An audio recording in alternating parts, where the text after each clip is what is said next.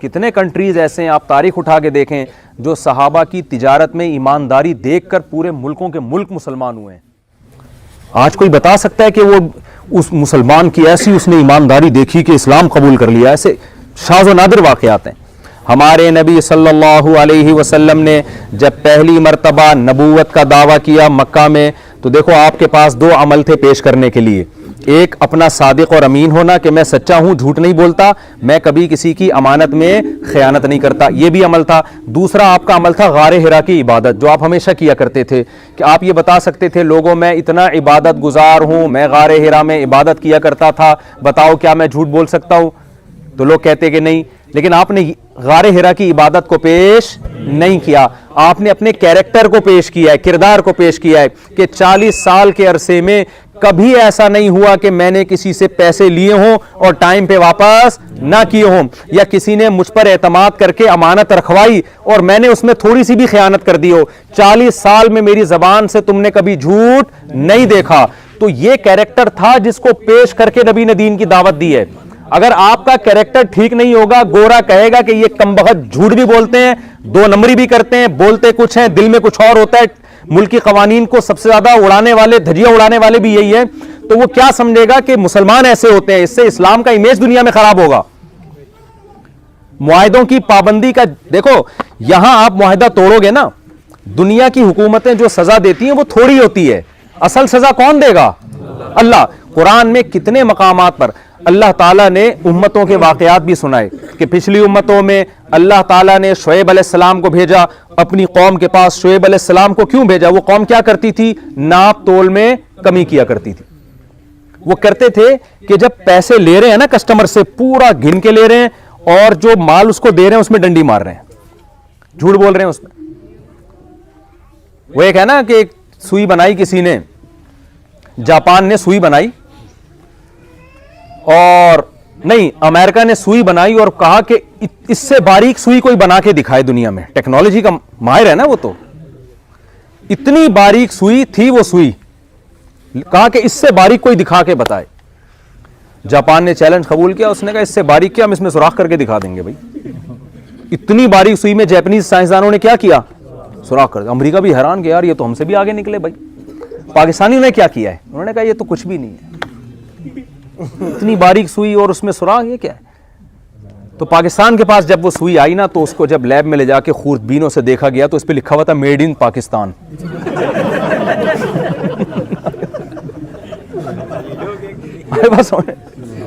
تو ہماری شہرت اس حوالے سے ہو گئی ہے. وہ ممکن ہے کوئی ہمارا بیان سنے پاکستانی بولے اپنے ملک کو کیوں بدنام کر رہے ہو؟ بھائی ہم بدنام کر نہیں رہے ہیں, ہمارا یہ امیج دنیا میں چلا گیا, اب اس بدنامی کو ختم کرنے کی کوشش کر رہے ہیں.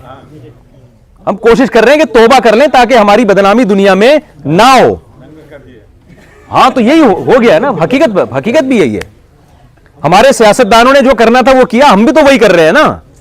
تو ہمارے پاس اتنی پاور نہیں ہے. ہمارے حضرت فرمایا کرتے تھے فرعون نے تو بچوں کو قتل کر کے ظلم کیا, پاور میں تھا.